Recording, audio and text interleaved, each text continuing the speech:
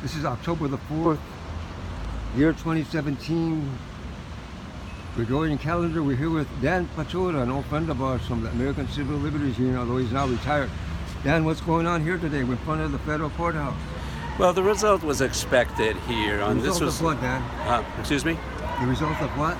This was the result of the criminal case against Sheriff Arpaio that was brought by the Justice Department for the intentional violation of a federal court order that was trying to protect the constitutional rights of the Latino community here in Arizona. The civil contempt was found by Judge Snow in the civil case to be not sufficient, and he felt that these actions of contempt for the court required more serious sanctions, and so it wouldn't happen again with Arpaio, who was then still the sheriff. It was in addition to, of course, all of the other proceedings in the civil case.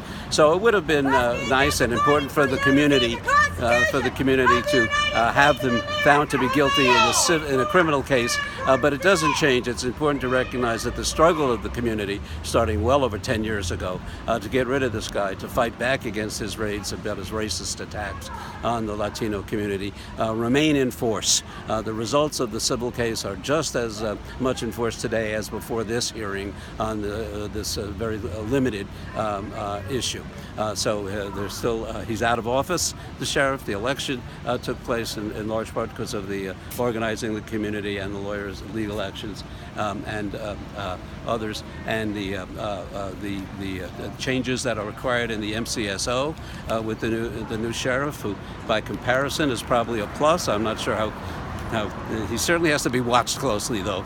Just because he's new, it doesn't mean it's going to work. But the impact of the legal action and the community's organizing remain, for the most part, fully in force, and a major victory for the people. Dan, you spoke about the limitations in the court proceedings and the court decisions. One of those limitations, as you know, we've been involved in the fight against Arpaio even before Arpaio took office, being rooted in the farm worker movement here in the territory, going back to the times of Cesar Chavez and before. And one of the issues in this fight, this intergenerational fight, is that, for example, the nomenclature in terms of the decision that was made by Judge Snow, he used the terminology Latino, which we understand the Latino conception as a nomenclature was invented in Paris, France in 1853, some 8 years after the Treaty of Guadalupe Hidalgo.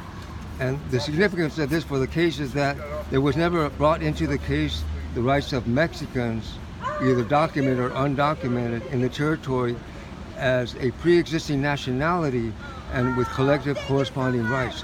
Where does that fight, how can that fight go forward in terms of the original Mexican constituencies of the territory now known as the state of Arizona? And I ask that question from the perspective of the indigenous people's movement of self-determination.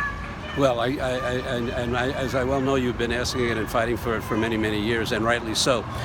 There's limitations, unfortunately, between how far one's going to get with the courts that are still very much a part of our system, and the language that is used in the courts, and other more general and important struggles that continue and go beyond that. The word Latino was used here because you had to define a particular class way back, and the only complaints that came in 2007 were from the folks that fit that legal definition. I agree, it's confining and doesn't do the job we want. We know we're not going to get from the courts the revolution.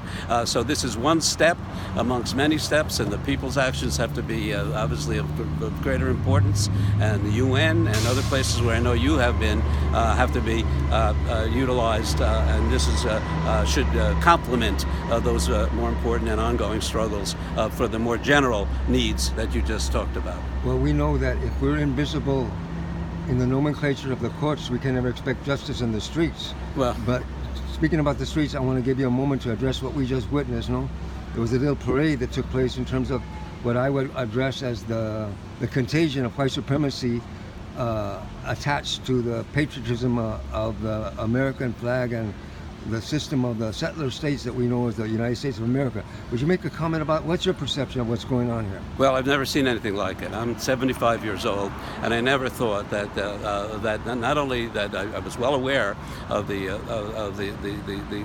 just unbelievable force of the racism in our society. I started off many years ago as the coordinator for the Attica Prison Brothers, involved in the Attica Uprising in 1971, and it was clear to me that they were willing to sacrifice people solely because they were persons of color, black and Latinos in that prison, and they brought in troops and just fired and killed 40 people. They were willing, they were just to sacrifice because Governor Rockefeller wanted to run for president.